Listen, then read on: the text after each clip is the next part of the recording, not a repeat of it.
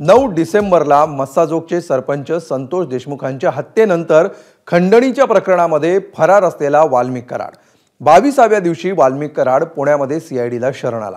पोलिसांच्या हाती न लागणारा कराड कार्यकर्त्यांच्या स्कॉर्पिओनं पुणे सीआयडी कार्यालयात पोहोचला, तेही सोशल मीडियावर शरणागती पत्करत असल्याची घोषणा करत। नेमका कसा होता कराडच्या शरणागतीचा आजचा हा घटनाक्रम पाहूया।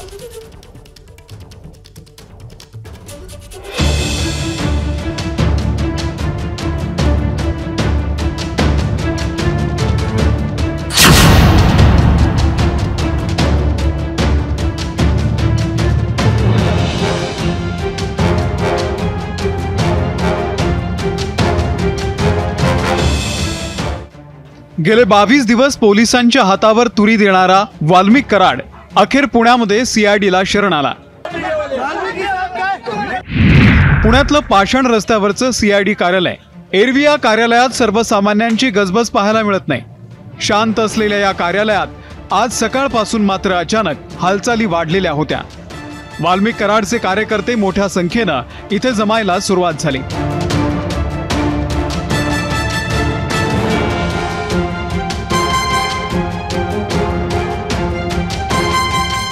सकाळी 9 वाजता सकाळपासून इथे झालेली गर्दी लक्षात घेता पोलिसांनी कडेकोट बंदोबस्त लावला।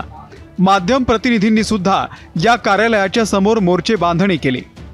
पोलिसांची ही सगळी जय्यत तयारी पाहता वाल्मिक कराडच्या शरणागती संदर्भात सुरू असलेल्या चर्चांवर पुन्हा एकदा शिक्कामोर्तब झालं। सीआयडीच्या मुख्यालयामध्ये साध्या वेशातील सीआयडीचे अधिकारी आणि कर्मचारी आपण पाहतो, मात्र या ठिकाणी पुणे शहर पोलीस दलातील अनेक वरिष्ठ पोलीस अधिकारी गेल्या काही वेळापासून पाहायला मिळत आहेत। कारण वाल्मिक कराड या ठिकाणी शरण येऊ शकतो हे लक्षात घेऊन पुणे शहर पोलिसांनी या ठिकाणी त्यांचा बंदोबस्त तैनात केलेला आहे। सकाळी 10 वाजता पुणे पोलीस दलातील उपायुक्त संदीप गिल आणि क्राईम ब्रांचचे उपायुक्त निखिल पिंगळे यांनी सीआयडी ऑफिसच्या बाहेरचा सुरक्षेचा आढावा घेतला।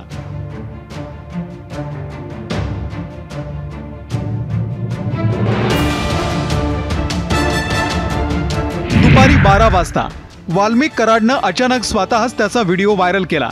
एबीपी माझानं सर्वप्रथम हा व्हिडिओ दाखवला। मी वाल्मिक कराड केज पोलीस स्टेशनला खोटी खंडणीची फिर्याद दाखल झालेली आहे। मला अटकपूर्वचा अधिकार असताना मी सीआयडी ऑफिस पुणे पाषाण रोड इथे सिलेंडर रोड आहे। संतोष भैया देशमुखांचे जे कोणी मारेकरी असतील त्यांना अटक करावी व त्यांना फाशीची शिक्षा द्यावी। राजकीय दोषापोटी माझं नाव त्याच्याशी जोडलं जात आहे। पोलीस तपासात जे निष्कर्ष निघाले, मी जर दोषी दिसलो तर न्यायदेवतांनी मला जे शिक्षा देईल ती मी भोगायला तयार आहे। दुपारी 12:15 वाजता हा व्हिडिओ आल्यानंतर अवघ्या काही क्षणात वाल्मिक कराड सीआयडी कार्यालयामध्ये आला। MH23 BG 2231 या पांढऱ्या रंगाच्या स्कॉर्पिओ N सिरीज खासगी गाडीमधून वाल्मिक कराड कार्यकर्त्यांच्या गर्दीमध्ये सीआयडी कार्यालयात आला। वाल्मिक कराडसह परळीतले 2 नगरसेवक सुद्धा उपस्थित होते। वाल्मिकांना हे सामाजिक कार्यकर्ते आहेत आणि हे सगळ्यांना देखवून राजकीय लोकांना, त्याच्यामुळे त्यांच्यावर नाव घ्यायला ते।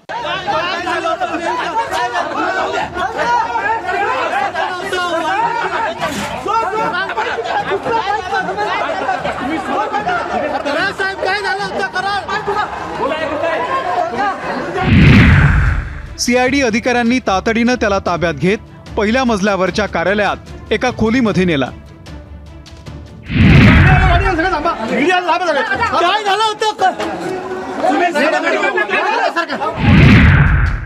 दुपारी 1 वाजता सीआयडीचे अतिरिक्त पोलीस महासंचालक प्रशांत बुर्डे यांनी स्वतः वाल्मिक कराडची चौकशी सुरू केली। वाल्मिक कराडला खंडणी प्रकरणामध्ये सविस्तर प्रश्न विचारण्यात आले, मात्र प्रश्नांचा प्रमुख रोख हा संतोष देशमुख हत्या प्रकरणाशी संबंधित होता। वाल्मिक कराडची सीआयडी कडून कसून चौकशी करण्यात आली। वैद्यकीय चाचणीनंतर कराड याला केज कोर्टामध्ये हजर केलं जाणार आहे। ब्युरो रिपोर्ट, एबीपी माझा। एबीपी माझा, उघडा डोळे बघा नीट।